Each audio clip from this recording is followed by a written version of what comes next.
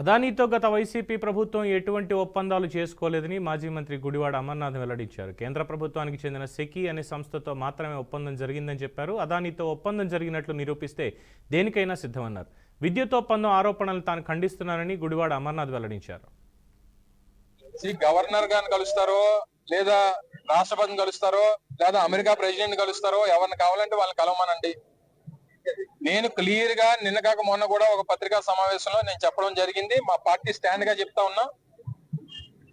గడిచినటువంటి ప్రభుత్వం వైఎస్ఆర్ కాంగ్రెస్ పార్టీ అధికారంలో ఉన్నటువంటి 5 సంవత్సరాల్లో ఏదైతే ఆరోపణలు వచ్చినటువంటి ఈ విద్యుత్ కొనుగోలుకి సంబంధించినటువంటి దాంట్లో ఆ రోజు ఉన్నటువంటి రాష్ట్ర ప్రభుత్వం జగన్మోహన్ రెడ్డి గారి నాయకత్వంలో అదానీ అనేటువంటి సంస్థతో మేము ఒప్పందం చేసుకోలేదు.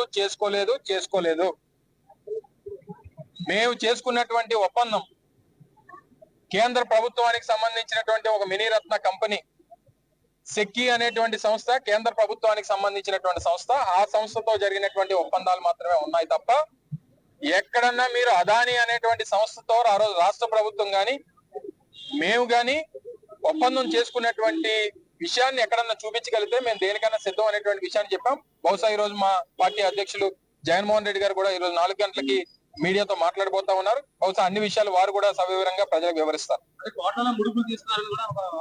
100 చెప్తావు 1,00,000 కోట్లు అని చెప్పారు జగన్మోహన్ రెడ్డి గారు.